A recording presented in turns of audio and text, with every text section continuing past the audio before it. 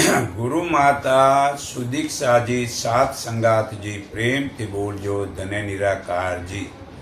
આજે આપણે કામનામાં ન ફસાઓ, પ્રગતિશીલ બનો તો પોતાની ફરજનું ધન વડે પોતે અને કુટુંબ સારા બને છે। પ્રગતિની લાલચ ઊંચી લાગે છે, પ્રગતિની લાલચ ઊંચી લાગે છે તે શરીર મન કર્તવ્ય વડે ધનથી સુખ મળશે, પરંતુ પરમાત્માનો આનંદ નહીં મળે। ભગવાન બુદ્ધનું વર્તન કરવાવાળા થોડાક જ લોકો મળશે, તે ક્યારે નિરાશ થતા નથી ને તે સફળ થાય છે।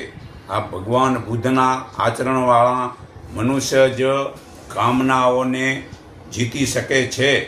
એવા ઋષિઓ હોય તે તો બહારથી જે સફળતાઓ દેખાય છે તેનો લાભ ત્યારે જ થશે જ્યારે તે માટે ઈમાનદારીની મહેનત કરવાથી ધન લાંબો સમય ટકશે, અને ખોટી રીતે ધન મેળવેલ લાંબો સમય ટકતું નથી, પરંતુ ઈમાનદારીનું ધન ટકે છે।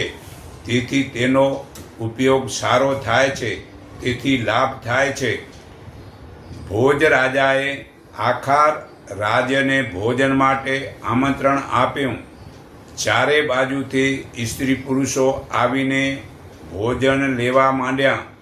એ જોવા માટે ભોજ રાજા વેશ બદલીને રાજમાર્ગ પર જઈ રહ્યા હતા। ત્યાં એક કઠિયારો આવતો દેખાયો। ભોજ રાજાએ પૂછ્યું કે ભાઈ, ભોજ રાજાએ ભોજન માટે આમંત્રણ આપેલ છે, તમે કેમ ગયા નથી?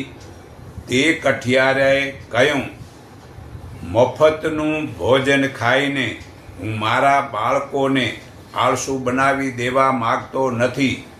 રાજા ભોજ સાંભળીને સમજી ગયા, કોઈ પણ વસ્તુ મફત ન લેવી જોઈએ।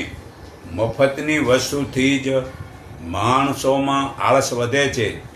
તો આ ખરેખર સમજણ પડી, અને તે પછી મતલબ કે આ મફતનું ખવડાવવાનું બંધ કર્યું। તો હવે એક નશો માની લો, એક નશો માની લો, તેની માનસિક શક્તિ બગડે છે। ઘણા લોકો મફતની આશાવાળા આકાંક્ષાવાળા જે વસ્તુ પ્રાપ્ત કરે છે